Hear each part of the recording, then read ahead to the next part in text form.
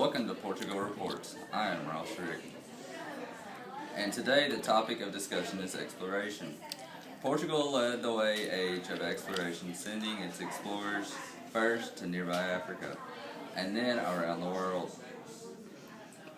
The key figure in early Portuguese exploration was Prince Henry, the son of King John I. Nicknamed the Navigator, Henry was not an explorer himself. Instead, he encouraged exploration and directed many important expeditions. Here to talk about his accomplishments is Prince Henry. That's right, Ross. Beginning in about 1418, I started to send explorers to sea almost every year. I also started a school of navigation at this time. My cartographers were then able to make maps based on the information the captains brought back. I focused my early expeditions on West Africa because I wanted to continue the crusades against the Muslims with my goal to take part in trade. Africa! Great.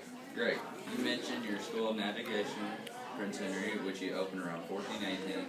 We have now live our outsourcer, along with Miss Taylor at the school. Now to you. Hello, I stand here now at Prince Henry School of Navigation, Miss Taylor, who has worked here for over 30 years. Could you tell us a little bit how this school started and what could be learned here?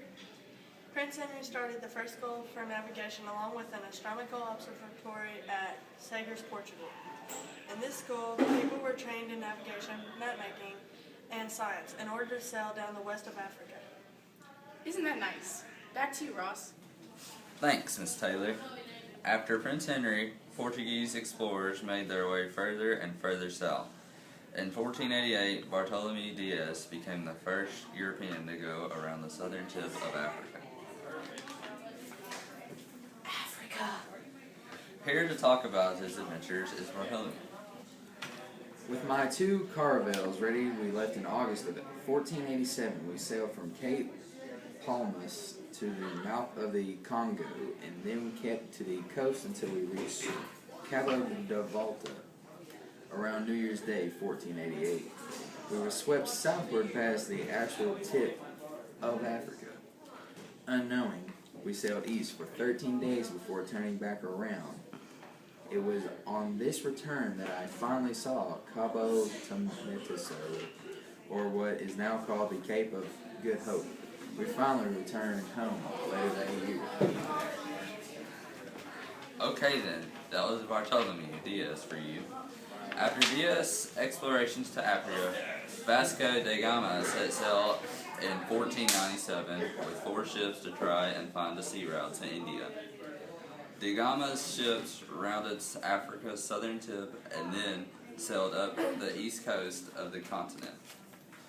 They then proceeded to cross the Indian Ocean. We have now Da Gama himself to detail what happened next. After sailing across the Indian Ocean, we arrived in the port of Calcutta, India in May 1498, where there I obtained a load of cinnamon and pepper on the return trip to Portugal. I lost half of my ships, and many of my crew members died of hunger or disease. Still, the valuable cargo that we brought back paid for the voyage many times over. Plus, my trip made the Portuguese even more eager to trade directly with Indian merchants. Thanks so much, Vasco, and thank you again to all of our great explorers. For today's conclusion, Portugal's explorers changed Europeans' understanding of the world in several ways. They explored the coasts of Africa and brought back gold and slaves. They also found a sea route to India.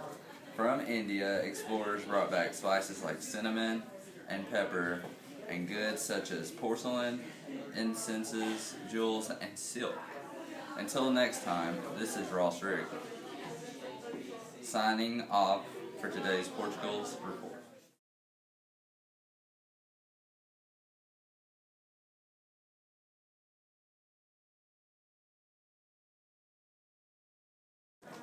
Thanks, Miss Taylor. After Prince Henry, Portuguese explorers made their way further and further south. In 1488, Bartolomé Dias became the first European to go around the southern tip of Africa. Here to talk about his adventures is Bartholomew.